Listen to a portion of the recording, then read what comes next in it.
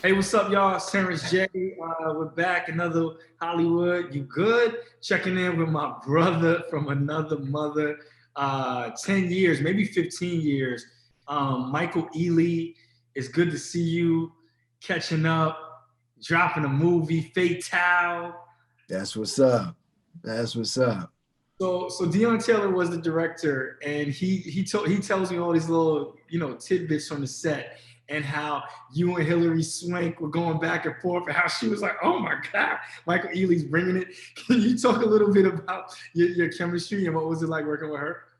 Um, you know, yeah, I mean, working with Hillary was part of the appeal. Obviously, it was my second chance to work with Dion, and I jumped at that. And then obviously, the opportunity to work with Hillary. What it comes down to is this: you don't get better at playing tennis until you play somebody who's won a tournament, right? Or somebody who's won a grand slam. That's how you get better. Hillary done won two grand slams, right? So when you get a chance to play tennis with someone like Hillary, you take it. Bottom line, you take it because you can only get better by working with that person. You know how you're not bombarded by carrying me and and the rest of us on set. You actually got to focus and play with somebody your own size. Dude, it's man, yeah, I had to step up. I definitely had to step up. And it was cool because I was able to actually, learn from one of the greats, and get to know her as a person. Her humanity is just, I mean, it's unreal. It's unreal. She's an incredible person. Deion said by the end of it, she definitely walked away knowing who the fuck Michael Ealy was, though. So, do you feel like you were able to take things from her, take things from Deion, and grow as an actor as well? Absolutely. Absolutely. I mean, I also think that, when you play against someone who's won a grand slam, you, I mean, let's be honest, you work harder. You know what I mean? You work harder, you bring your A game. And, I mean, I think to a certain extent, I always bring my A game, but everybody knows that when your rep is on the line, or when you're like, when you're really going against somebody who's really like at the pinnacle of whatever it is that you're interested in, you push even harder than you think you can. And I think that was definitely something that I was definitely trying to do for sure. And this is your second outing with Deon Taylor. He's creating his own very special lane. I've heard people compare it to like what Blumhouse has going on. I've heard other comparisons. But he's doing something very unique and special. Can you talk a little bit about Deon and how it feels to work with a black entrepreneur and creator such as him and Hidden Empire? I think I think we got to be careful of the comparisons with Dion, because I genuinely don't see many people doing it the way he does. And no disrespect to Jason Bloom, or anybody else in the way that they're doing it, but to my knowledge, he's the only one putting his money on the table. So, at that point, I mean, what I've learned from him is, if you really want, you know, less cooks in the kitchen, and you really want to make the decisions, write the check, Yeah. write the check, you know what I mean? And then there's no one to really tell you creatively, you know what I mean? Like what you can and can't do. Yeah. So it's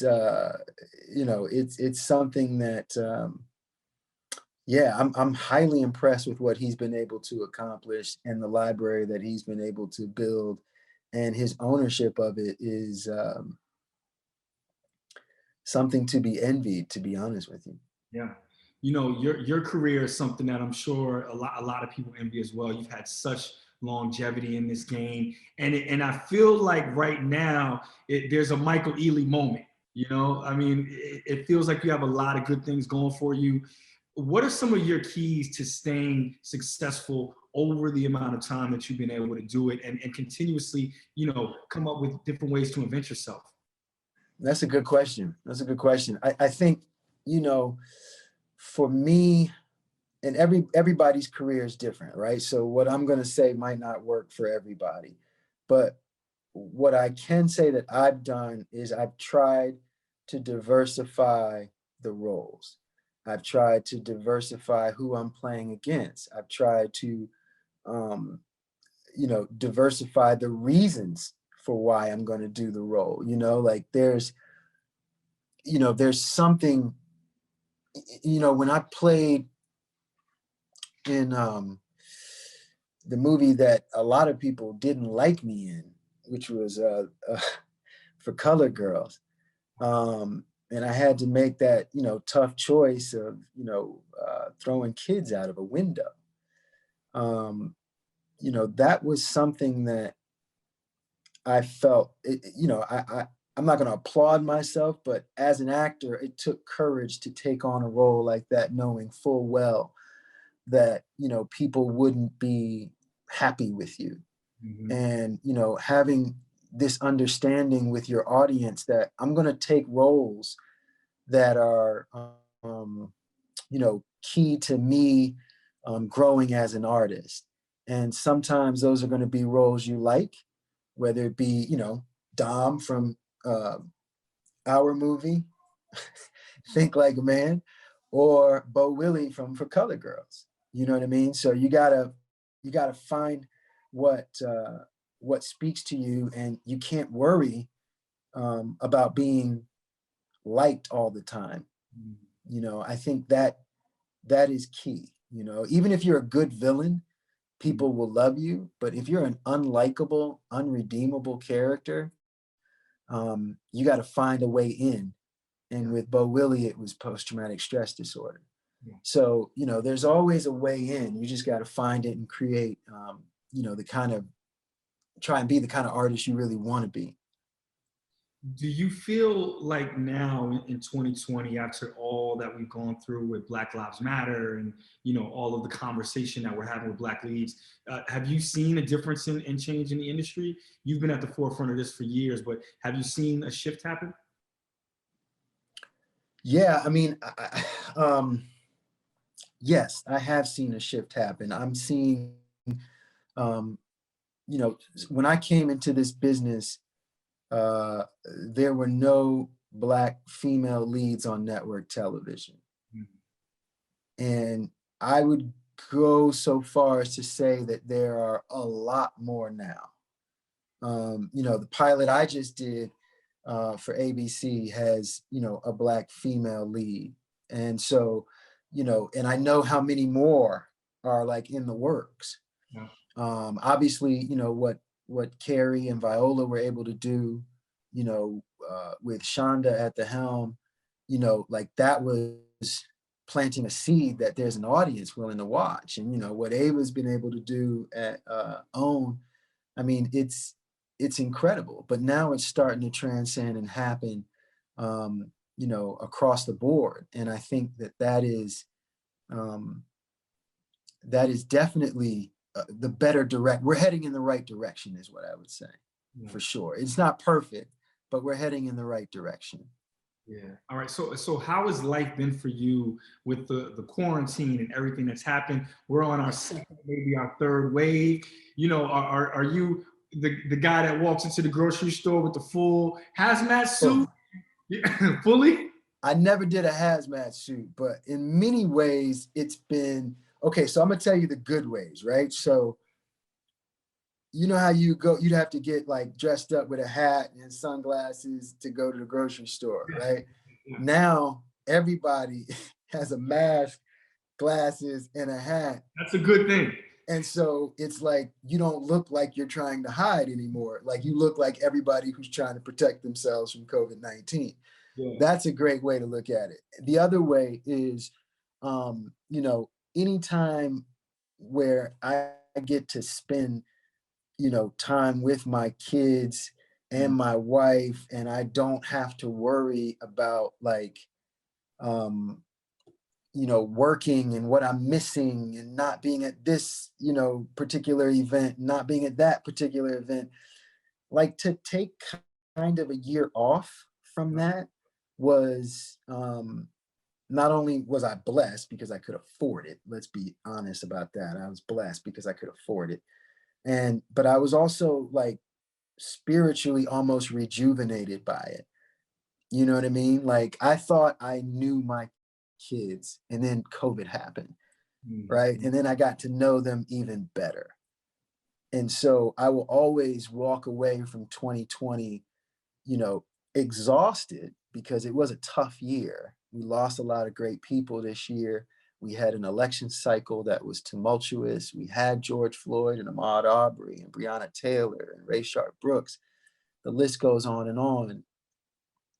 But if you have to find that silver lining, I would say that the relationship with my family has improved.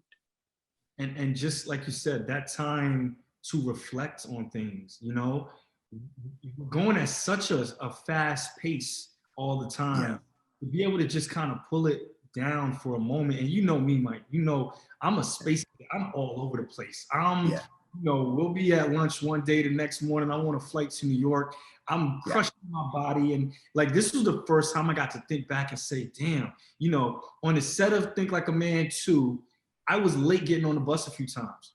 I should have, you know, like all these things come to my mind, like I gotta be better in this capacity. You know, this ex-girlfriend from 8 years ago, I was wrong.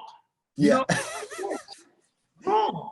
You know, Right. like Right. friendship, connecting with my family, like all of those. And you know, I don't have a kid and wife, so I've had to grow in other ways. But like you said, I think all of us across the board have had to take this time in one way or another and really look in the mirror and say, damn, you know, there's nothing to do at night. We're waking up early. This is what who we are. And I feel Yeah. like although it was a really hard year, we're all going to be better because of it. You know, I can't say we're all going to be better because not everybody will survive it. That You is true. know, I think there will be people who are highly traumatized by what has happened. Yeah. And, you know, we can only wish and pray that everybody who does survive this year of the pandemic, and makes it to the other side, you can only wish and pray that the trauma isn't so severe and lifelong that it requires, you know, counseling for the rest of your life. And I mean, I worry about how my kids are going to respond, you know, because it wasn't, my daughter was barely in school. She had just started preschool and she did about 8 months before she had to be pulled out of that.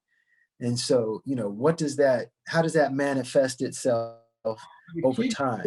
you around other kids that are quarantined, or it's been like, Yeah, you could, you know, there was some bubble play dates and things like that where you kind of had to coordinate.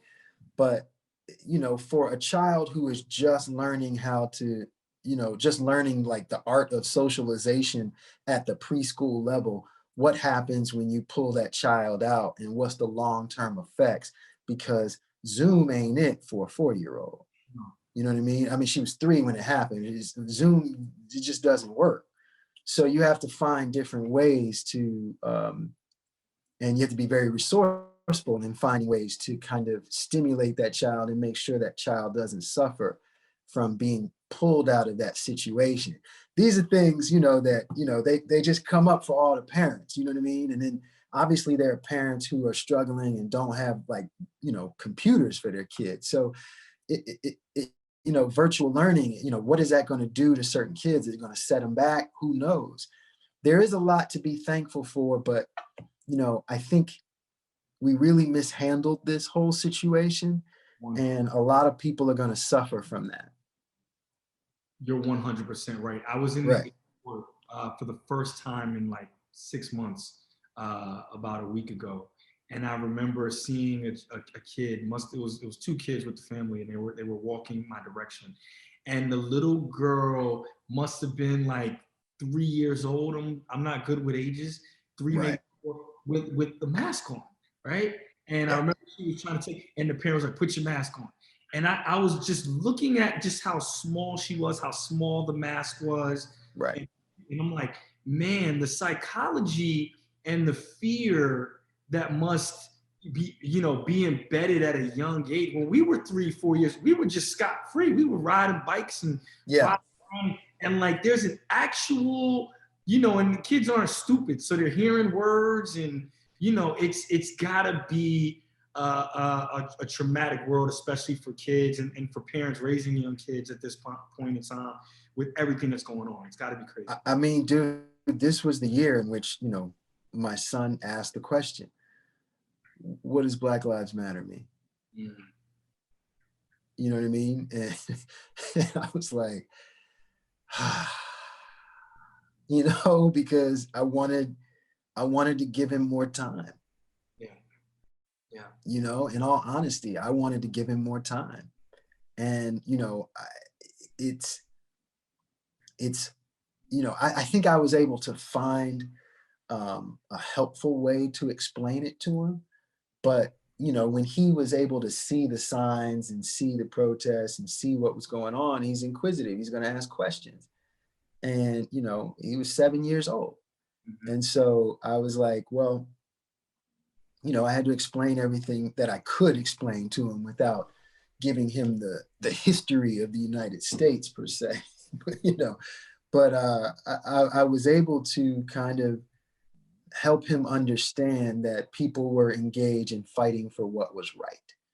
And, that's not something I'll take lightly as a parent. And, this was the year that it was kind of, my hand was forced. It's I wouldn't say he got the talk, but you know what I mean? There's still time for that. But he's been made aware that, things aren't equal. Huh? How old is he? 7. 7. So imagine, like, think back to where you were at 7. You're in 2nd grade, and I don't know. I mean, for me, 7th grade was Michael Jackson winning 8 Grammys or something. I mean, 2nd grade, yeah. Michael Jackson won like 8 Grammys. Okay, like that was my year. I mean, it's different, and he's had to be removed from his school and his friends, and learn how to learn from home, and it's just been an upheaval. Now we're blessed, and we were able to do things that other people weren't able to do. I'm fully aware of that. But it's I think everybody will have their own kind of trauma from this.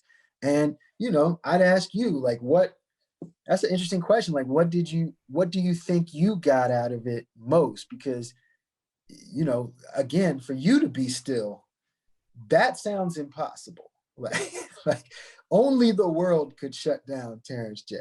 Only the world being shut down could shut down Terrence J. Something needed to shut me down, Right. I 100% needed to stop and be shut down and focus. And it's crazy. I was talking with my management team. They're like, thank God, you'd be able to accomplish so much more if you stopped doing this, that, and that, right? Right. So the things that I've been forced to stop doing, the traveling out and all of that, has allowed me to focus on real objectives and real goals and real career things that I've wanted to accomplish. So in that regard, it's been a blessing in the midst of all the crazy. You got a movie made. Yeah. You got a movie made, bro. Like be proud of that. Yeah. Y'all were one of the first groups to do it too, right? Yep. One of the first ones. And like you said, invested in it too. So having ownership, that's the first time thing for me. So, it's super important. But we're talking about your movie right now. Sorry. I've gotten a chance to see it. It's incredible. Again, before I let you go, can you tell everybody, why Fatale is so special and why they have to go out to the theaters to see it or watch it at home? Because obviously a lot of places theaters are closed. Yeah. Listen, Fatale is, it was a powerful film for me. Like on a comedic level, it had me understand the importance of, doing a background check if you're going to cheat on your spouse, You know what I mean? Like maybe, maybe don't be so impulsive and, just kind of try to be careful about what you're doing, what you're putting out there. Because again, one mistake can really, really create a life and death situation. It's epic. It's epic. This movie, I've never seen a character, I've never played a character that has gone through so much. Right? So when I read this, all I thought was, wow, I saw a man go from like, everything wasn't perfect, but he had it all, right? He had it all. And I saw him just completely unravel due to, his actions and the circumstances and the repercussions of his actions. And, when you watch all of that happen and you get to see Hilary Swank, for example, go from 0 to 100, it is like, it is just, it's magical in that way, man. It's magical. I think it's intense. It's thrilling. It's relentless. And I feel like people, it's still entertaining in that people can escape from their lives. But, I think it will make you kind of tighten up a little bit.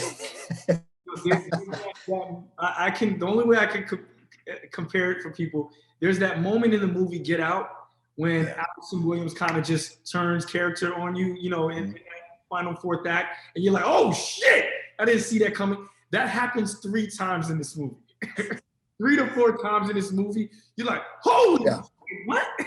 Like there's so many interesting twists and just turns of that it just has you on your toes the entire joyride.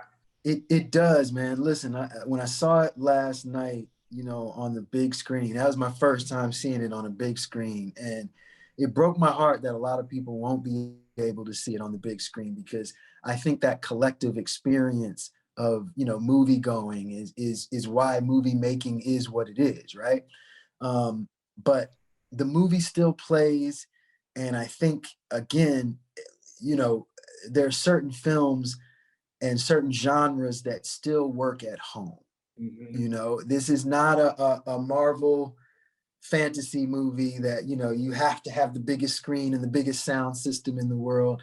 This is a contained story that explodes in your world for the next hour and 40 minutes. It will explode in your world, and you will be grateful at the end that you are not me.